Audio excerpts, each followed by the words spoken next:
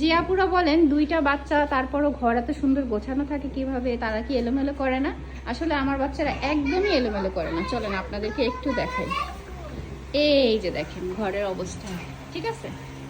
এই যে দেখেন কত সুন্দর করে আমার বাচ্চারা ঘরটা গুছায় রাখছে, দেখছেন? চারিদিকে একদম পরিষ্কার ফকফকে। সেটা বলাতে ওই যে হাসতেছে, ওই যে দেখেন দুইটা বাচ্চা। এই যে এটা হচ্ছে বড় বাচ্চা, আর ওই যে দেখি ছোট বাচ্চাটা কই দেখি, ওই যে হচ্ছে ছোট বাচ্চা, ঠিক আছে? আর এই হচ্ছে তাদের খেলনা, এই হচ্ছে ঘর বাড়ি বিছানার অবস্থা। তো আমার আসলে দুইটা বাচ্চা বললে ভুল হবে, দুইটা বাচ্চার যে বাবা সে হচ্ছে আরো বড় বাচ্চা, না? কারণ সে দেখেন কি করে রাখে, তার শার্ট, তারপর লুঙ্গি, গামছা, ঠিক আছে, সেগুলো দিয়ে, মানে এই ঘরটা হচ্ছে তাদের তিনজনের, তারা এগুলো করে রাখে, ঠিক আছে?